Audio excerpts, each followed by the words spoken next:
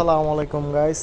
আজকে আমরা চলে আসলাম শিয়ালদহর সেই বিখ্যাত রবীন্দ্রনাথের কুঠিবাড়িতে। এটা রবীন্দ্রনাথের একটা মিউজিয়াম। এটা হচ্ছে গেট থেকে আমরা হাঁটা শুরু করলাম সামনের দিকে। শিয়ালদহ কুঠিবাড়ি সামনে আপনারা ফলকে দেখতে পাচ্ছেন। এটা একটা মঞ্চ যেখানে প্রতি বছর রবীন্দ্র সঙ্গীতের একটা আয়োজন হয়, রবীন্দ্র উৎসব হয়, ওইটাই এখানে উদযাপন করা হয়।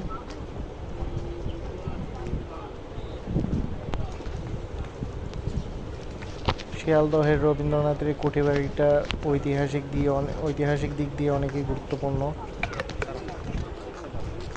তাছাড়া এটা এমন একটা জায়গায় সিচুয়েটেড, এর পাশেই হচ্ছে যে আপনার একটা খুবই সুন্দর একটা নদী।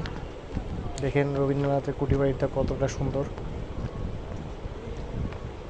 আমরা এমন টাইমে আসলাম আসলে একটু পরেই রবীন্দ্রনাথের কুঠিবাড়ি। আপনি তো সেলিব্রেট হয়ে যাইতেছেন। এখন ঘড়িতে 4:40। আমাদের হাতে অনলি 20 মিনিটস টাইম আছে। সামনের দিকে আমরা আগায় যাচ্ছি। এটা হচ্ছে রবীন্দ্রনাথের কুঠিবাড়ির দ্বিতীয় গেট। একটু আগে আমরা যেটা অতিক্রম করে আসলাম এটা প্রথম গেট, এটা দ্বিতীয় গেট। আশেপাশে খুবই মনোরম দৃশ্য এবং খুবই পর্যটকের আনাগোনা আপনারা নিশ্চয়ই দেখতে পাচ্ছেন। এটা আমার কুষ্টিয়া ট্যুরের, আমাদের দক্ষিণবঙ্গ ট্যুরের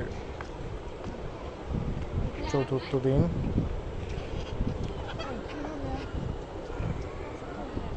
দেখছেন কি সুন্দর সব কিছু। নেক্সট ভিডিওটা আমরা কুঠিবাড়ি